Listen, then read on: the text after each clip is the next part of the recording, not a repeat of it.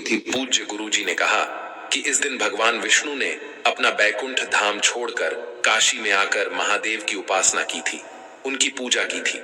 और आप लोगों को यह जानकर आश्चर्य होगा कि पूरे साल में सिर्फ एक यही दिन ऐसा होता है जब भगवान विष्णु के ऊपर हम लोग बेल पत्र समर्पित करते हैं और महादेव के ऊपर तुलसी जी का पत्ता समर्पित करते हैं।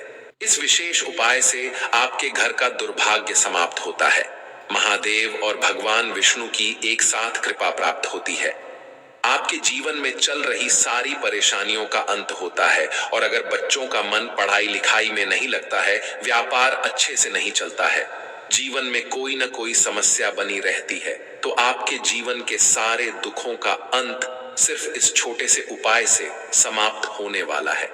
तो चलिए जानते हैं इस विशेष उपाय के बारे में। लेकिन उससे पहले एक विनती है, अगर आप चैनल पर नए हैं तो कृपया चैनल को सब्सक्राइब अवश्य कर लें। दोस्तों, ये दिन आपके लिए बहुत ही खास है, क्योंकि पूरे साल में आपको सिर्फ एक मौका मिलता है जब आप शिवलिंग के ऊपर तुलसी का पत्ता समर्पित करते हैं और भगवान विष्णु को बेलपत्र। इस वीडियो में हम लोग पूज्य गुरुजी द्वारा बताए गए 3 बहुत ही खास उपायों के बारे में जान लेंगे। ये उपाय आपके जीवन की सारी समस्याओं का अंत करके धन धान्य को बढ़ाते हैं, बच्चों में बुद्धि ज्ञान विवेक की बढ़ोतरी करते हैं और आपके सारे कष्टों का अंत करते हैं।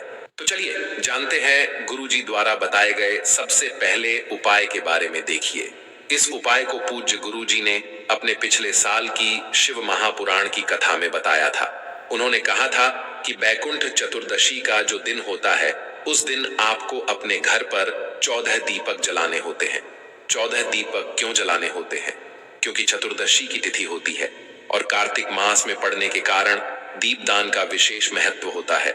इस कार्तिक महीने में किसी भी दिन अगर आप दीपदान करते हैं तो ये आपके जीवन में कई गुना पुण्य को प्राप्त करवाता है, कई गुना धन धान्य की प्राप्ति कराता है।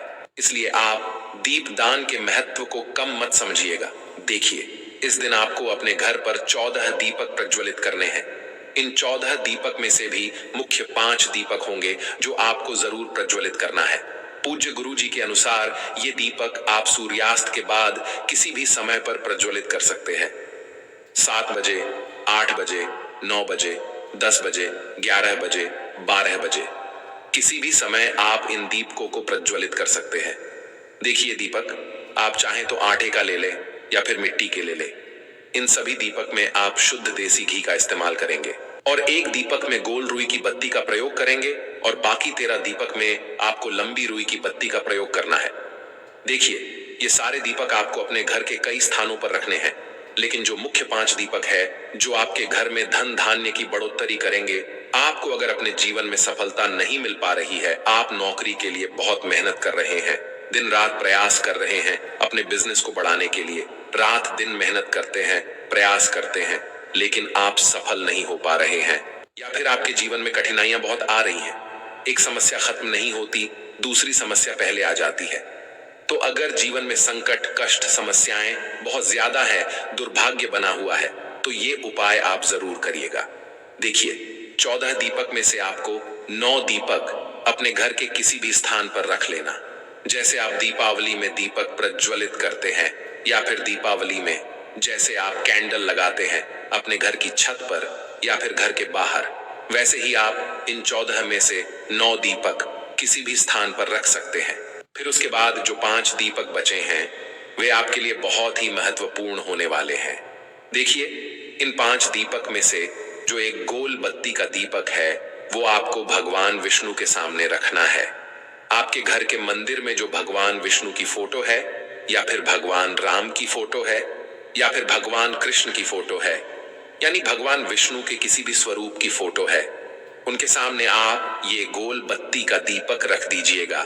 इस दीपक को प्रज्वलित कर लीजिएगा और ओम नमो भगवते वासुदेवाय इस मंत्र का स्मरण कर लीजिएगा।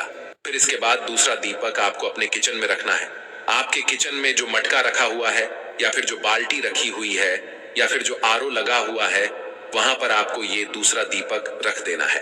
फिर इसके बाद आपको तीसरा दीपक रखना है तुलसी जी के पौधे के नीचे। देखिए, तुलसी जी के पौधे के नीचे जब आप ये दीपक रखेंगे तो दीपक प्रज्वलित करने के बाद आप ओम नमो भगवते वासुदेवाय मंत्र का स्मरण जरूर कर लीजिएगा। इन 3 जगहों पर दीपक रखने के बाद फिर चौथी जगह है, आपको अपनी मुख्य द्वार के बाहर ही दीपक रख लेना है। देखिए, जब आप अपने घर के अंदर आते हैं तो आपका जो दाहिना साइड होता है उस साइड में आपको ये दीपक रख लेना है और इस दीपक की बत्ती का मुख आपको बाहर की तरफ रखना है। फिर इसके बाद सबसे आखिरी दीपक आपको रखना है किसी भी शिवालय में। शिवालय के चौखट पर आप रख सकते हैं या फिर शिवलिंग के आसपास आप कहीं पर भी रख सकते हैं। यानी इस 5वें दीपक को आप भगवान भोलेनाथ के आसपास कहीं पर भी रख सकते हैं और ओम नमः शिवाय मंत्र का स्मरण करते हुए इस विधायक बैकुंठ चतुर्दशी में भगवान शिव के नजदीक ये दीपक रखते हुए आपको उनसे प्रार्थना कर लेनी है, अपने संकटों को, परेशानियों को दूर करने की प्रार्थना कर लेनी है, धन धान्य को बढ़ाने की प्रार्थना कर लेनी है। आपके जीवन में किसी भी प्रकार की समस्या चल रही है तो उसका अंत करने के लिए प्रार्थना कर लेनी है। पूज्य गुरुजी ने कहा कि आप 9 दीपक चाहे तो अपनी छत पर लगा दें या फिर अपने मुख्य द्वार के बाहर अगल बगल कहीं पर भी रख दें, लेकिन उसके अलावा ये जो 5 दीपक बताए हैं इनको इन्हीं स्थानों पर रखिएगा। अगर इस वैकुंठ चतुर्दशी के दिन में आप ये 14 दीपक प्रज्वलित कर लेते हैं तो यकीन मानिए आपके जीवन में कभी भी धन धान्य की कमी नहीं होगी। भगवान विष्णु और महादेव की कृपा से यानी हरि और हर की एक साथ कृपा आपको प्राप्त होगी और आपके सारे संकट समाप्त हो जाएंगे। बस आपको ध्यान रखना है कि आप सिर्फ और सिर्फ एक दीपक ही गोल बाती का जलाएंगे और 13 दीपक लंबी रुई की बत्ती के रहेंगे। ये गोल वाली बत्ती का दीपक ही आपको भगवान विष्णु के सामने प्रज्वलित करना है। अब इसके बाद जानते हैं गुरुजी द्वारा बताए गए दूसरे खास उपाय के बारे में।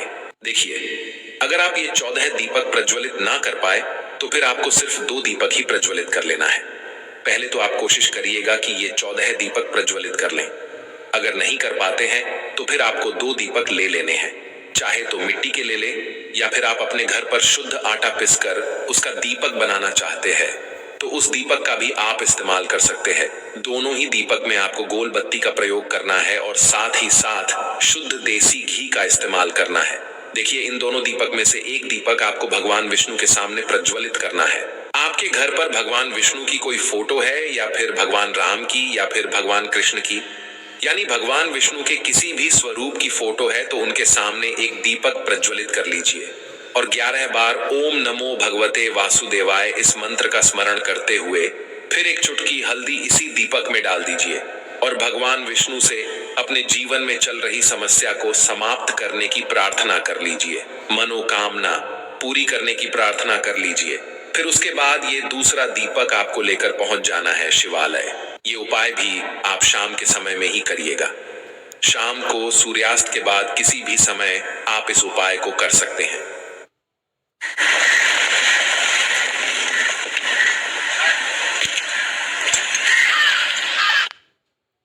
दूसरा दीपक लेकर आप ये शिवलिंग के अगल बगल कहीं पर भी प्रज्वलित कर दीजिए और इस दीपक में आपको 11 काले तिल के दाने डाल देने हैं।